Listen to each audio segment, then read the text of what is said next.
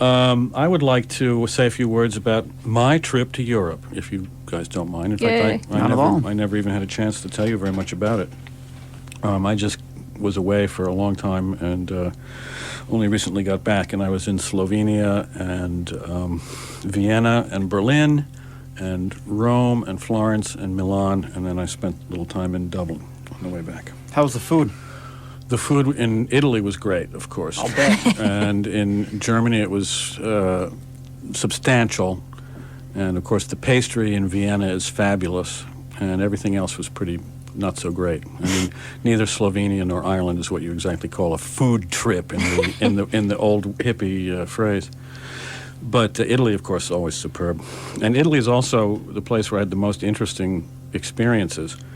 And I did a lot of touring around and talking on behalf of my Italian translators, which is Sheikh of Milan, who set up a number of lectures and conferences and radio interviews and stuff like that. So I stayed in squats, and I did all the lectures and talks in social centers. You stayed in squats in Italy. In Milan? Yeah. Huh. Mm-hmm. And so I had a chance, and they'd really set it up that way, that I would have a chance to see what's going on, culturo-politically in Italy these days. And again, it's something that I find very few Americans know anything about. I certainly knew nothing about, really nothing about what was going on there. My friend, my translator, Sid, had told me on a number of occasions, you got to come to Italy. There's lots of squats and lots of social centers. Like, yeah, okay. I thought he meant like there was a couple of squats and social centers. I get to Rome, and the first social center where I'm supposed to talk is an abandoned and taken over army fort that must have covered 40 acres, right? And it's got thick stone walls. I mean, it's like a fort, a 19th century military fort. It's been completely taken over by freaks. And the night This is in Rome? This is Rome. I had 400 or 500 people at my lecture, and later in the night, 4,000 or 5,000 people showed up for a concert at this place. And there are 17 social centers in Rome, okay? This is only one of them. One of the social centers meaning sort of like youth alternative kind of... Meaning squatted buildings where people don't live, but where they do cultural and social things. Mm-hmm. The rule is, the rule of thumb, I don't think anybody ever made a rule, is that no one lives in the social centers. Instead, you squat a residential building for living. So, for example, in Milan, there are 13 social centers. Don't they have even get some sort of government funding for some of these social centers, don't they? Isn't that part of the rule? I'll get to that in a minute. And no one could tell me how many squats there were in Milan, and I suppose, Rome also would have sort of uncountable numbers of squats. So, as you may remember from the mid-'80s, the squatting and the autonomia, the autonomen, whatever you want to call it, that movement from the 80s was big all over Europe. And there was many squats in Amsterdam, and there were many squats in Berlin, right, in particular. Other places as well. But so what has become of it all? So since I was just in Berlin, and actually a few months before that I'd been in Amsterdam, so I can tell you what's become of it there.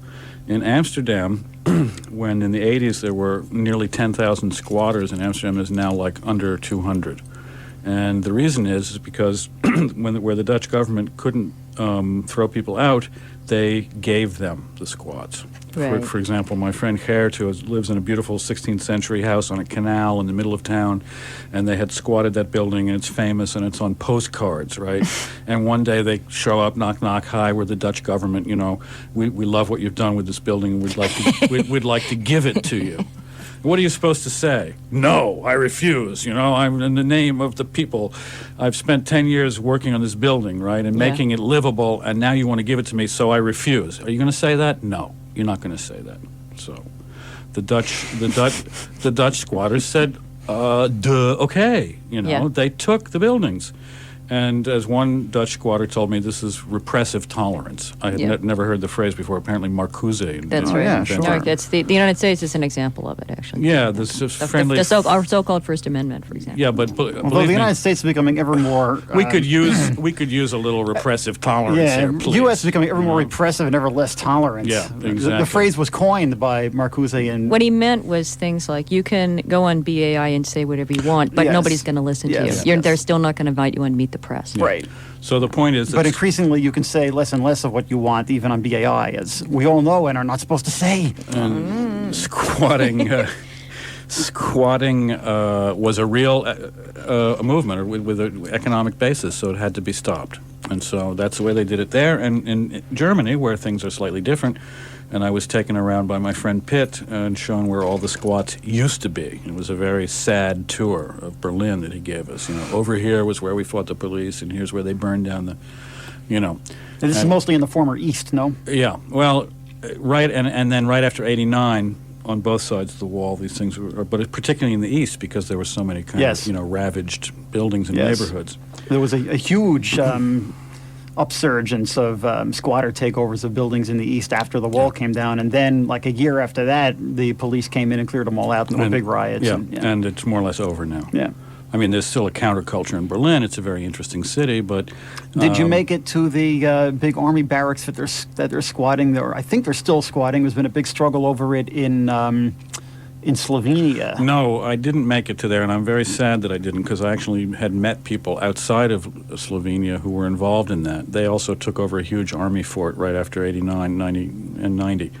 And as far as I know, they still have it and still really haven't done too much with it. And I wasn't able to contact Well, there was group. this big struggle over whether or not they were going to be able to keep it. Uh-huh.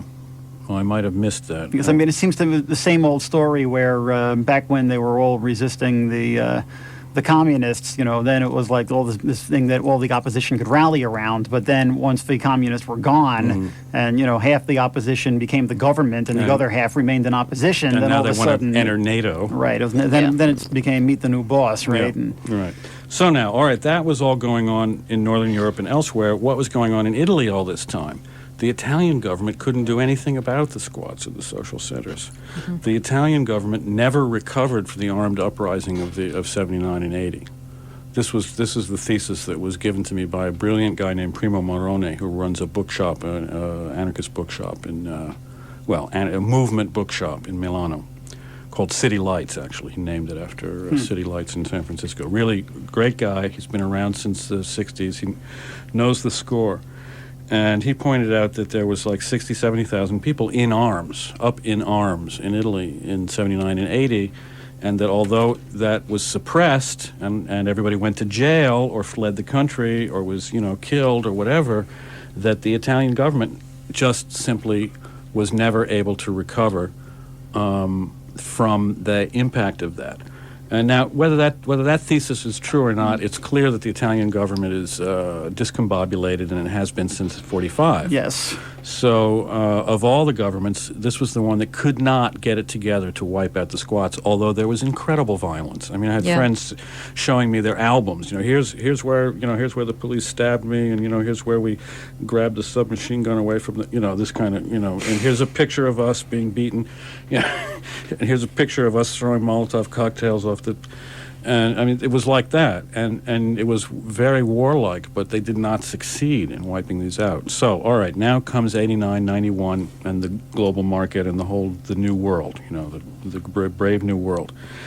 What is the Italian government going to do now? Well, the latest thing is, as you precipitously mentioned, is that there's been some signs of government support for the squats and social centers now. Why is this?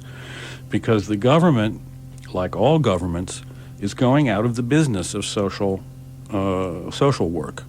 The Italian government, just like governments everywhere, is no longer interested in public medicine, public education, public welfare, public anything. And so they suddenly are looking at these squats, and we're talking about a mass movement here, okay? Not just a few freaks. This is a mass movement. And they're looking at it and they're saying, these people are taking care of junkies. These people are taking care of crazy people. These people are taking care of immigrants who have no jobs. These people are doing social work. Do we have a problem with that? Gosh, I don't think we do, actually. In fact, let's give them a few million lira, and have them do our social work for us. So this is the latest thing, is that these, incredibly militant autonomy, punk, whatever, gay, anarchist, anti-authoritarian, post-leftist people are having smiling guys from the government, knock, knock, knock, hi, we really like what you... And so it's the Dutch model. is what they're afraid of now, is that the repressive tolerance is coming.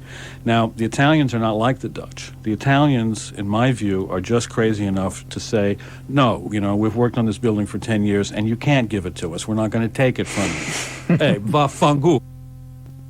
But it's all very much also post-68, post-70. And post-79. And so it's very, very fascinating and exciting. Now, one of the options is, as one of my friends put it, one of the guys at Shake put it, they could take this money and then they could also demand reparations. Not only, not only will we take the squat, not only will we take the money, but you have to pay us to do all this social work. We want reparations. So they could make those kind of demands on the government. Another response is coming from people who are very interested in the Zapatista model. And I got into contact with some of these folks. They have a radio station dating back to '79 called Radio Sherwood in Padua. And this is a group of former Leninists who have renounced Leninism and declared that they are in solidarity with the EZLN, with the Zapatistas, and that they are urban Zapatistas. Although I don't know if they used that term. When I told it to them, they said right away, oh, that's what we are, And, all right, now I have to backtrack a little. We also have the extreme right going on in Italy. We have something called the League of the North. Yeah, sure. Yeah, okay. that's, yeah. Padania. Padania, thank you. Yeah, a country which never existed in history. This is like extreme right-wing, chauvinist, racist, bring back the Roman Empire kind of extreme right mentality. Well, what's strange about it, though... But it's anti-nationalist and to a degree anti-capitalist. Well, see, this is where the people at Telos magazine think it's so cool, but it isn't. All right, wait a minute. All right, let me, all right, it's just like Italy. This is what happens in Italy. Yeah, you make a statement, absolutely. everybody starts screaming, I said something about Tony Negri, and the Ferdinand... Place went wild. The place went wild. Well, what's very interesting about this is that, like the classical Mussolini fascism was, nationalism, centralism. Precisely, centralism. Right. They want to get away from Rome. Right. Okay, however, they're right-wing reactionaries. Of course. And there are groups even to the right of them, and one of them is called the Repubblica Serenissima. Which is... what's that word? The Serenissima, Repubblica Serenissima, in other words, Venice, the Serene Republic. The Serene Republic of Venice. They want to restore the oligarchy, the ancient... The Doges and the all Doges, yeah. And in fact, they're tied up with Cardinal Lefebvre and the Latin Mass and the kind of really reactionary Catholic nutcases. And they got an armored car. This was a couple of weeks before I got to Italy. They got a tank, as a matter of fact, I think, or an armored car with a big gun on it, somehow, from somebody. And I don't think it's too hard to buy these things in Italy. And they drove it into Piazza San Marco in Venice and threatened to start shelling, the palace, whatever. Doge's Palace. Was that the same incident where it was the Padania people, I think, Umberto Bossi's people, who took over one of the historic bell towers in I believe it was Venice? Well, this would be, I'm sure they have connections to the League of the North, but they're a separate group, this Repubblica Serenissima. Well, anyway, are you familiar with that incident? That was back in June, I believe. Well, this may be the one I'm talking. This may be the same incident. So I have to admit, I haven't got all the details straight. Well, these are Umberto Bossi's people, who's this Northern League demagogue, who ironically came out of the left. He started out as a sort of he was an anti-nuclear and sort of a green type, back in the 70s. There are other people who've made that particular... who's now a right-wing decentralist. Yeah. Well, so to he's speak. not the only guy that's ever done that. Far from it. So we have this new anti-nationalist right in Italy.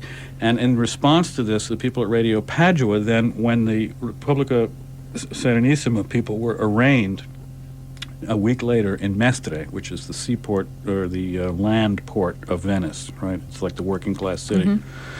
And the people from Radio Sherwood showed up and made a violent demonstration, and some of them got arrested. And so immense confusion then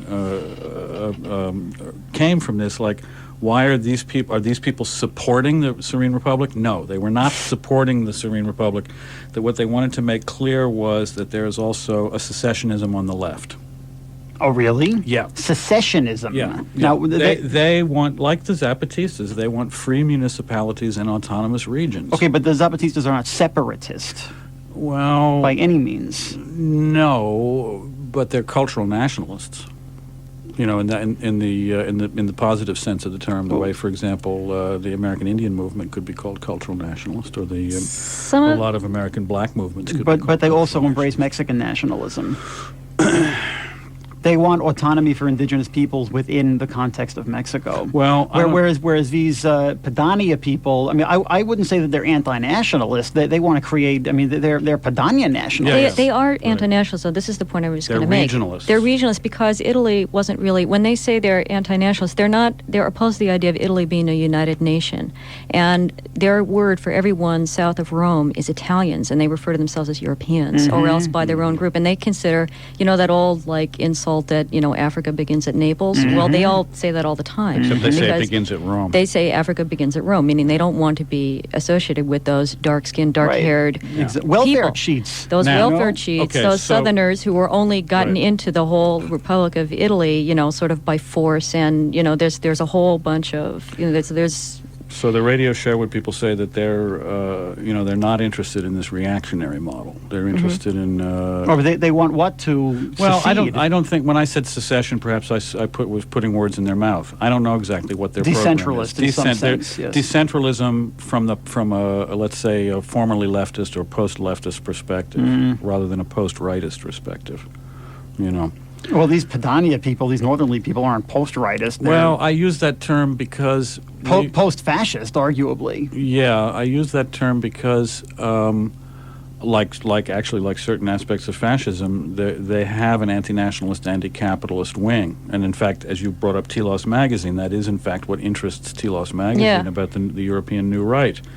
And what I think very useful, this confusion could be very useful in the sense that people should be aware that it's not only on the right that people think that the nation state is a failure and that capitalism is a heap of shit, so anyway, they, Viva Zapatista and all that. I talked to them over the telephone on their radio station. I never actually met any of them. Now, when you did these gigs in Italy, did you have a translator? Or yes, Sid, my translator, who is an untutored genius who could be doing the job for the entire UN, I swear.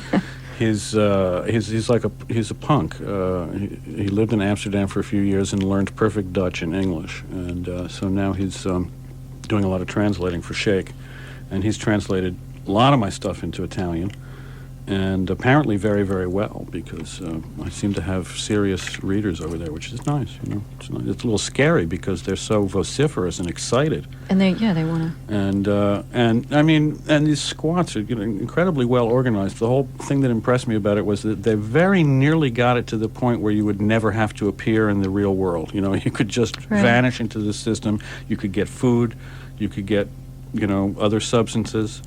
You could get a place to sleep. You could get a little work. You could get a little money. You never ever have to deal with the man or the. Even now, I think there might be more support for that in places like Italy and probably Spain also than there would be in Northern Europe, because Italians are kind of like that anyway. They're so local. It's hard to get even foreign food there, because they don't see the point of eating it. Italian food is the best in the world, and usually the food in their own town is the best in the world. Well, and it often is, actually. Yeah. And they're growing gardens. Yeah, they've got their own gardens. And if they started getting more and more, and they are building up rural networks as well. So the idea of this entire network thumbing its nose at the Italian nation and saying, no, we resign, we're going to have our own federation of individuals, groups, farms, communes, squats, social centers, etc., almost seems workable. It almost seems like an option that could be struggled for. So, that may be it's certainly an overly brief and undoubtedly overly romanticized view of what's going on there. I wouldn't say it's perfect by any means. There's all kinds. First of all, there's a language problem. Nobody in Italy speaks any other languages or reads any other languages. Really? That's surprising. Yeah. To a very large extent, the French and the Italians both are in this categary. And so they speak their own dialect too. I mean, remember that they're not all speaking Tuscan. No, they're not. In fact, I had a lot of conversations about the old Milanese thieves' argot, which was apparently a very amusing language. Thieves' argot. The thieves' argot of old-time Milan, which some of the people I was staying with knew a little bit about. The thieves had their own argot. Yeah. Almost a separate language. Indeed. Yeah. Interesting. And What else? Rather like those pirates in Saleh that you were. Yeah. The social centers usually have something going on every night, at least once a week. Something is going on. It would usually be a concert, but it could be poetry reading. It could be political meetings. It could be theater. Could be lectures like what I was doing, or seminars. Could be festivals. Could be all sorts of things. But something's going on every night. And food is showing up in these squats. The squats are feeding people who wouldn't ordinarily be fed, and so forth and so on. So, whatever, it's like, in a way, it's like a survival of the 80s with all that implies, including a lot of political attitudes and social attitudes that seemed to me to be a little bit belonging to the 80s rather than the 90s.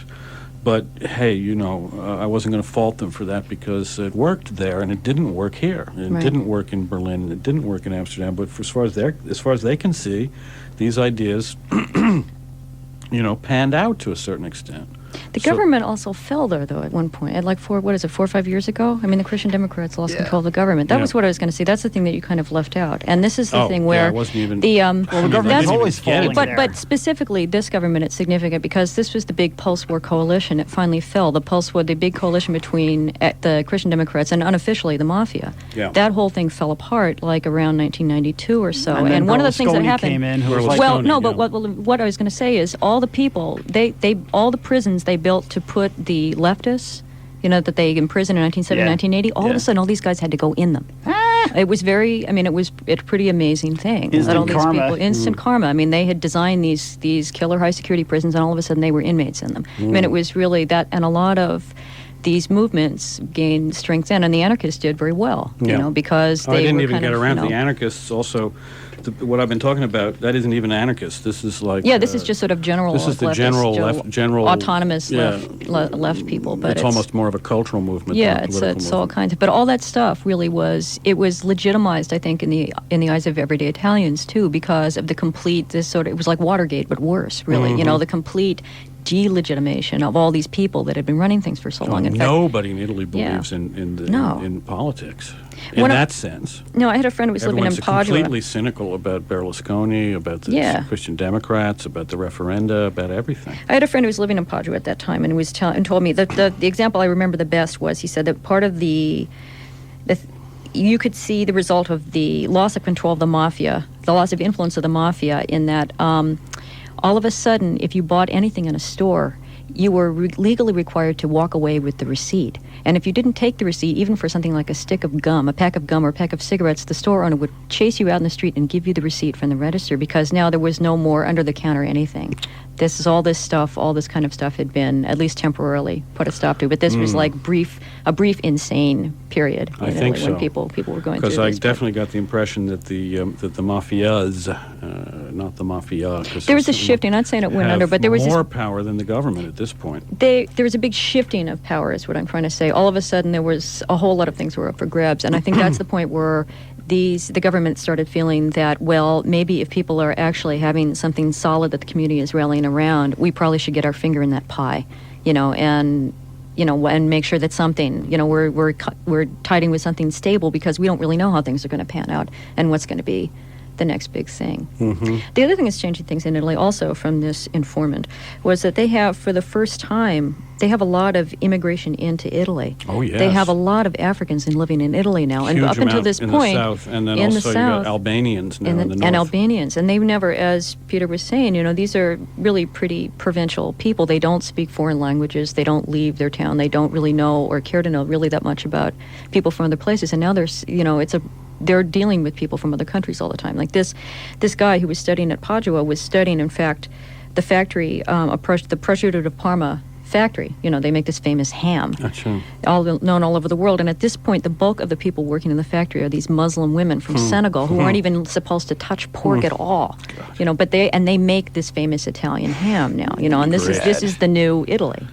So this is another thing that Primo Moroni at the bookstore wanted to make very clear to me, and we had a lot of conversations about, is what he calls, or what they call, post-Fordism.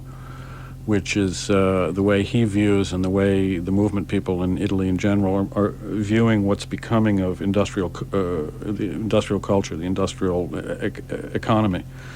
And as an example, what everybody always mentions over there is Benetton. Do you know how many employees Benetton has? In Italy or generally? In its whole outfit? No. 20. That's how many people Benetton has on salary. And they are all the family plus a few computer experts. And these computer experts have set up piecework in homes. Right. And we're basically it's all outsourced. We're basically back to a feudal situation, and that's Right. why all these feudal movements are reappearing, because it's feudal economics again. And Primo says that the power of the unions, the power of the institutional left is not only smashed by the disappearance of the Soviet Union, but even more so, it's been smashed by the disappearance of the factory. The workplace. The factory Yeah, is the of place course. around which this all centered, and the factories are empty. In fact, they're squatted. You know, Yeah. they've been turned into the other three social centers that I spoke at were all former factories. Yeah. 1 fort and 3 factories. So It's true here also. It's the So we same have reason. post-Taylor, same reason that unions are post-Ford. smashed here too. Yeah. And in a sense, northern Italy, however, seems to be in advance on this model to a certain extent. I don't know why exactly. Just that's the way history has worked out. That of all the, I don't know, maybe elsewhere in Europe it's exactly the same, but this is where my attention was forcibly drawn to it. And I don't think it's as far along here, although the idea of post-Fordism is quite relevant in analyzing what's going on in America. And especially in terms of trying to figure out why the unions have broken down. Yeah. Because all this, this was one of Marx's big insights, that the factory floor, concedes this, the seeds of revolt right in it, because you're working alongside people and you get a chance to talk to them, Yeah. no matter how they try to, they're all doing the same thing. And so if you can break that down, then it's very difficult to get people together in one place. So long we had enough to about 100 organize. years to overthrow capitalism, and we blew it. It looks that way because now we've got something else. I call No, it it's, capital. it's still capitalism. Well, I call it capital. I call it capital without the ism, because I don't see that it's ideological anymore. I'm not sure that it ever was ideological. No, you're right. It wasn't. But it's as if capital, behave. Well, we need another whole show to go into this. The new theory of capital. Well, there are still new some theory of production. some true believers in the hidden hand of the market, and it's all for the greater good. And Adam Smith. Some believers. What Adam Smith and all that crap, but basically now, the ethic is just, get what you can. Yeah, you don't have to know? believe it. You don't just have have to to do it. believe You don't have to exactly. believe it because it's a law of nature. That's Yeah. nature works according to them, and Or so even if it doesn't work, it's not an ideology. It's even if it doesn't just- work, It's just the facts. It's in your genes. That's what we're all here to either trample underfoot or to be trampled underfoot. Yeah. Yeah. And there's no alternative. Right. So that's not exactly capitalism as we knew it growing up in a world divided between capitalism and communism. Post-ideological capitalism, Yeah. but Yeah. capitalism was around before communism was around. Capitalism as a system, as opposed to an ideology, is hegemonic, as we all know. Yeah. No, not entirely. No. Well, Peter just gave an example of how, the counter-revolution contains the seeds of the revolution, et cetera, et cetera, et cetera. They never really quite get total control, Yeah. There's always some I'm other not way. saying- It's just I'm you not just can't saying keep that- using these old methods. You can't keep organizing as though you had a factory when there isn't one. That's not going to... I don't say that capitalism triumphed. I say that capital is triumphalist. It has a stance of triumphalism. There's no admission on the part of the minions of capital that there could be anything wrong with this program. There's no admission. We got magazines like Third World Resurgence. And that's it. I think the New York Times is talking about this. It is. Not a peep. Not a peep. Not a peep. I think the Economist The every once in a Economist while admits that there's an opposition, which And is so at does least the Wall Street Journal. Yeah. Actually, the business magazines generally do, because they know that people aren't going for it, and they aren't trying to pretend that everyone is going to benefit. It's written for people who plan to be on top. Know the score. So, yeah, absolutely. That's Exactly. That's the difference between the Wall Street Journal or the Economist and the New York Times. It's Yeah. exactly the difference. and that's why you have to actually read The Economist and not bother with the New York Times. In my Well, view. No, I mean, I know the New York Times will give you 20 words of disinformation on every crisis that's going on in the world. But exactly. The Economist is more readable. They actually have literary material in it and Yes. everything else. I mean, you can't even imagine, compare it to Fortune or something. It's educated unbelievable. conservatives. Oh, how I know. refreshing. I know. Yeah, really. Astounding. Oh, dear.